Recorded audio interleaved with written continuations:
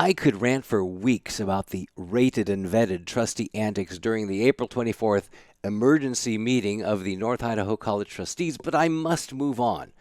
Still, one more thing happened that demands attention from a certain trustee who lacks a lot of self-confidence. I was in the Army for 26 years. I understand security. I understand guns. I understand campuses. Virginia Tech happened just down the road from where I was stationed at James Madison University. I understand that maybe better than any of you. And I understand that the role of guns on campus is not necessarily going to improve security. We will take all that into account and we will give you a full report on our findings. Chair McKenzie. Trustee Banducci. President Swain, that was more of a response than I guess I was expecting, because there's a couple of those things I hadn't even addressed or identified, and I don't remember mentioning guns anywhere. I'll match my military service with you anytime, sir. Been there, done it. Trustee Banducci. Trustee Banducci. I mean, for experience with security and with weapons. I was a weapons instructor also. I was CADM myself. So, you know, you guys. We're actually gonna take a 2-minute recess. All right, we will take a 2-minute recess. It wasn't a challenge. I was asking questions. A 2-minute recess. Thank you very much. I'll take a lieutenant colonel over a major any day. In fact, an academy grad who didn't see a promotion beyond major is a sign of a major screw-up somewhere. Hard to imagine, but not hard to imagine with Banducci.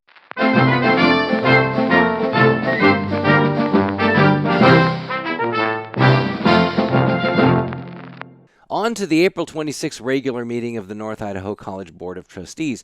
Yes, a rich variety of public comments were presented. Some members of the public really zinged the wacko trustees and their irresponsible governance and embarrassing, deliberate destruction of a once proud educational institution.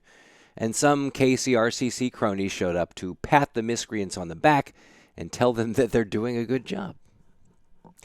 Punctuating these comments was Chair McKenzie urging everyone to talk positive about the college. Yes, the accreditation people were present and watching, which reminds me about that final scene in Lord of the Flies when the adults finally show up.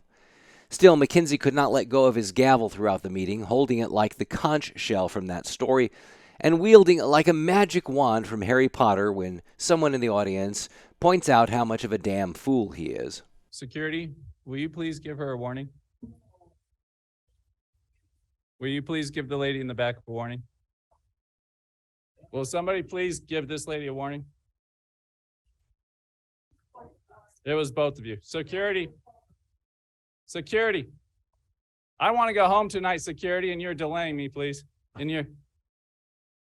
Security, did we finish in the front row, security? Security, I did not observe it. Did anyone observe it? Did you observe it, sir? I would like to warn these two ladies.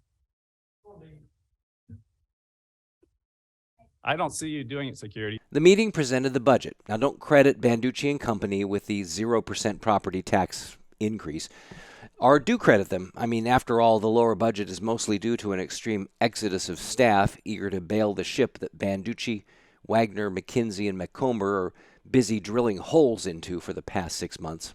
They did hire a new attorney, and you can view this as Macomber being fired, but it's not that kind of termination. Back in December, former attorney Mark Lyons left gleefully as he was being bullied by thug Banducci, and frankly, he could see the writing on the wall, or more honestly, the shouting in his face. You haven't done your job in so long. You are so corrupt. You're disgusting. You are absolutely disgusting. You're an embarrassment to your profession. At the December 5th, 2022 meeting, President Swain mentions that they have a request out for a new attorney. Of course, he didn't know that crony Macomber, thanks to the thousands of dollars of campaign contributions, was promised an illegal job behind the scenes. I do believe you are violating state law on contracting. There was an RFP. I've seen the RFP that Mr. Lyons approved, and I can't speak to how that was done in the past, but I can say that there was an RFP and he responded to that. And I think that we are violating contracting laws by contracting without an RFP. At the December 5th, 2022 meeting, President Swain mentions that they have a request out for a new attorney. Of course, he didn't know that crony Macomber, thanks to the thousands of dollars in campaign contributions, was promised the job illegally behind the scenes. So Fart Cucumber got a handsome government paycheck for the past few months, a grand total that I'm guessing will be well over $100,000. Regardless, they sent out RFQs, requests for qualifications, and shockingly, no one wanted the job. Seriously, smart attorneys, and I'm not talking about you here, Art, smart attorneys had no interest in serving on a board hell-bent on destroying the institution. Eventually, they did find an attorney in Boise willing to take the job, and surprisingly, and this blew me away, McKinsey voted in favor along with good guy trustees Zimmerman and Corkill. Again, a blind squirrel can find a nut. When the new attorney takes over, Macomber will be gone, but not forgotten. He'll grab his sack of cash and go back to the KCRCC happily because it's the only place in Idaho where he can get a few dozen people to like him. Please remember how these crooks have destroyed North Idaho College. Their next target is your local library, not to mention the highway districts, and in the fall, they're coming to burn down our school districts and the city councils. Vote on May 16th to stop them. More videos and rants are coming on this election where we have a chance to show the mindless fanatics that our institutions are too important for them to burn to the ground.